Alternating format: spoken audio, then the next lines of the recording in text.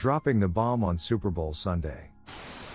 I 41M stopped drinking a few years ago because it was killing me.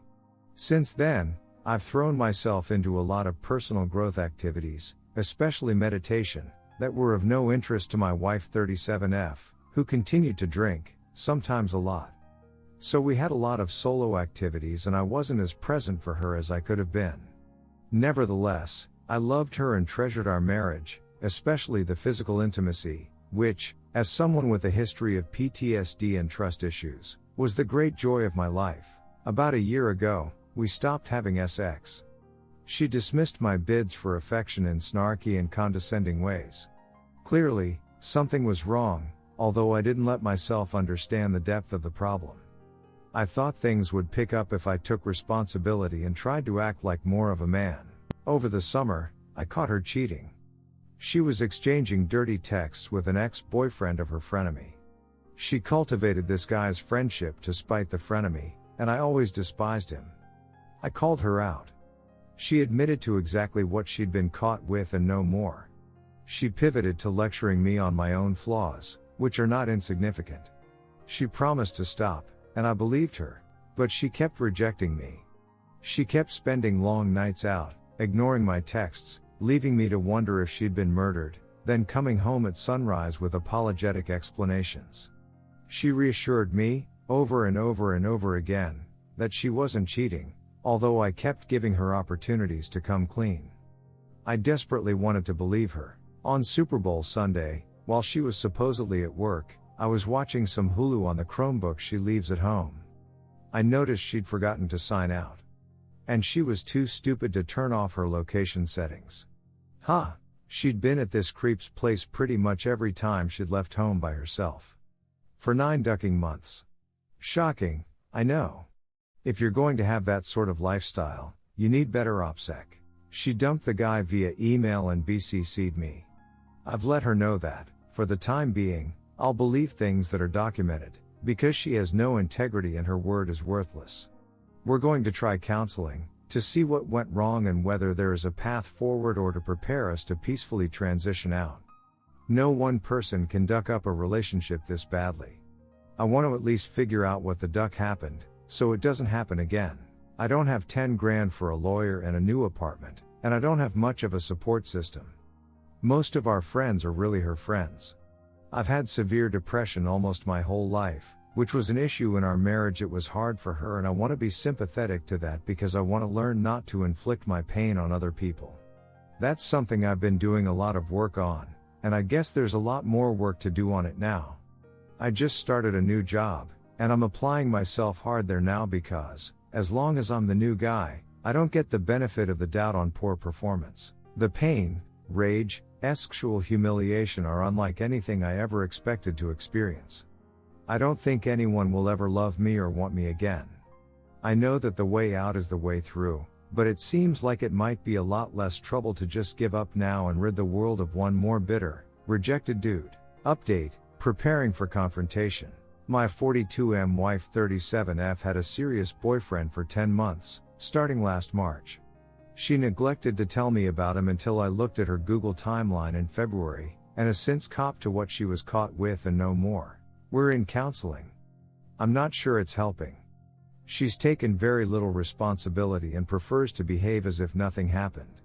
When I bring it up, or bring up anything uncomfortable, she whines, lashes out, lectures me about my own significant flaws, and lies. Some of the lies are quite serious.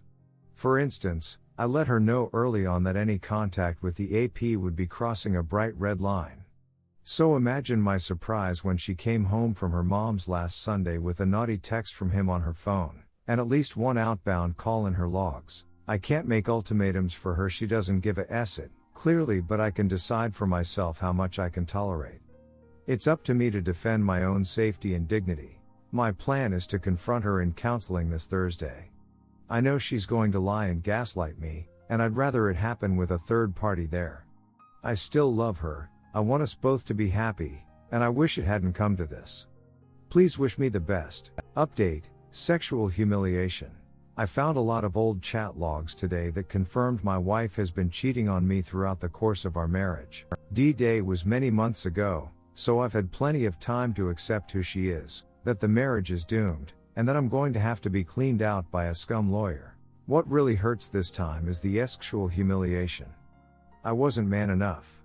I have to accept that no one wants me, no one has for a long time, and it's unlikely that anyone will again after the damage of this.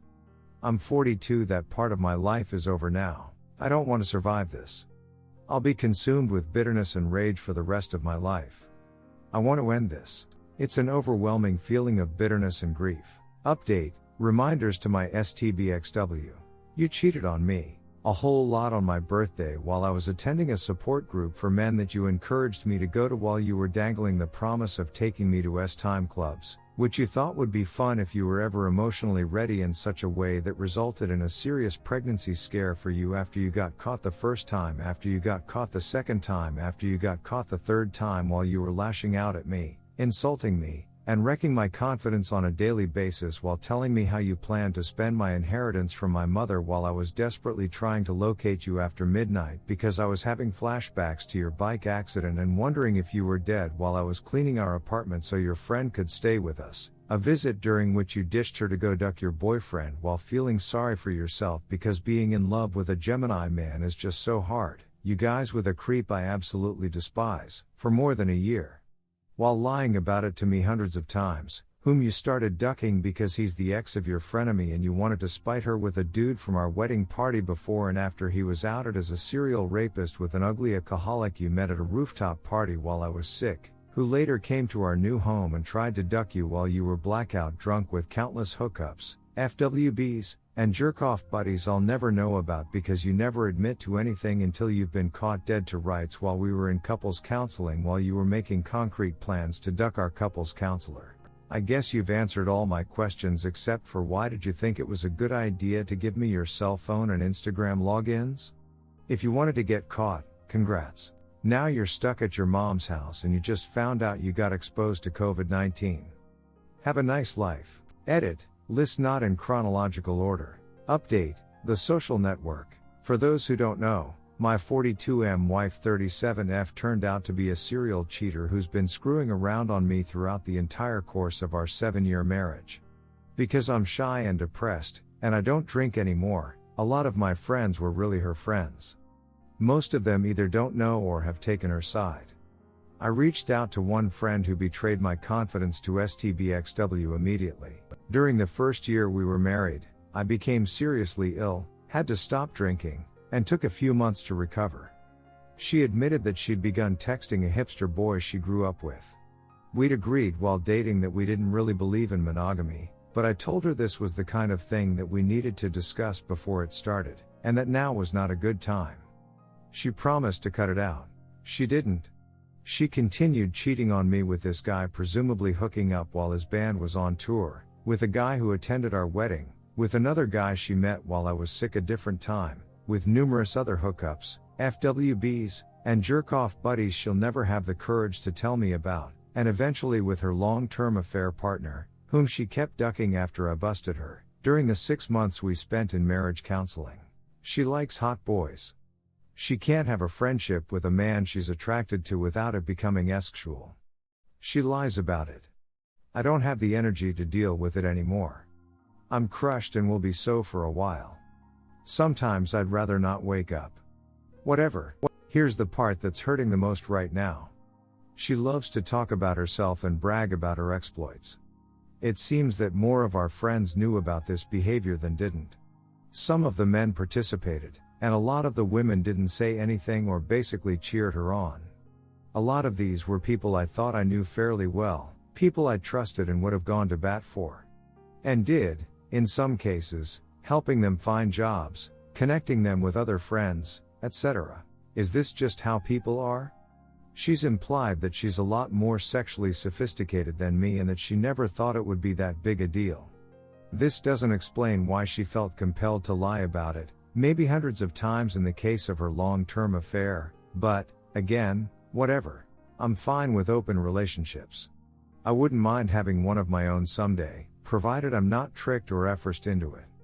But I'm not going to have an open relationship with an abusive bullshitter. And I'm reluctant to trust anyone if most of the people I know are like the ones in her social group. And I'm not sure I'll be able to make friends with anyone again. Redditors' reactions. Redditor 1, so many opens and/or unravel completely because of lies, secrets, deceptions and manipulation. Also life and illness play their parts as well. Obs, we rarely hear about the good ones that last forever, but man oh man, they appear to be rarer than unicorn eggs. Sorry about your marriage, Op answer, yeah, my point is, the ducking bothers me a lot less than the Beale shit. Redditor 2, liars often feel they have a personal relationship with the real truth, that others can't understand what's real and that they react based on this lack of understanding. In actuality, liars also lie to themselves about what is happening so that they can walk past a mirror and not automatically retch at what they saw. It takes a special sort of awful to knowingly betray them. Congratulate themselves for advanced level human skills for not thinking it's such a big deal. A splash of sociopathy that can help you to understand walking away is a great choice. Any friends that participated, supported, or concealed may join her in NC. Start your healing and I hope things go better for you. Redditor 3, dude run, she will infect you with STDs.